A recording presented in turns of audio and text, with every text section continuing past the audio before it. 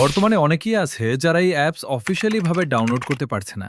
অনেকেই ভাবে এই অ্যাপস প্লে স্টোরে অ্যাভেলেবল, কিন্তু তারা জানে না অফিসিয়ালি এই অ্যাপস প্লে স্টোরে নেই।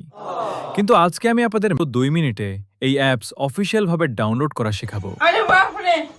তো চলো আর কথা না বাড়িয়ে ভিডিওতে ঝাঁপিয়ে পড়ি। প্রথমে আমাদের একটি অ্যাপ ডাউনলোড করতে হবে, তবে এই অ্যাপটি কিন্তু প্লে স্টোরে নেই। তাই আমরা চলে আসব গুগল ক্রোম ব্রাউজারে।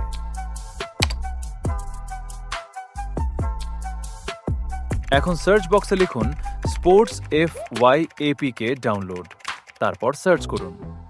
এখানে অনেকগুলো ওয়েবসাইট দেখতে পাবেন, সেখান থেকে প্রথম ওয়েবসাইটে একটি ক্লিক করুন।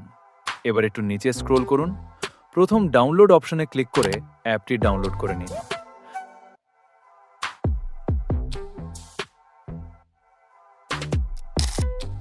ডাউনলোড শেষ হলে অ্যাপটি ইনস্টল করে ওপেন করুন।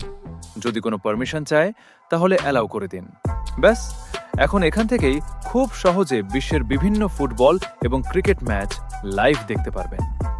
আশা করি ভিডিওটি আপনার একটু হলেও কাজে লেগেছে। আর কমেন্টে অবশ্যই জানাবেন 2026 সালের ফুটবল বিশ্বকাপে আপনি কোন দলকে সাপোর্ট করছেন। আমি কিন্তু দেখতে চাই কোন দলের সমর্থক এই ভিডিওটা সবচেয়ে বেশি দেখছে। আজকের মতো এখানেই বিদায়, দেখা হবে আরেকটি নতুন ভিডিওতে।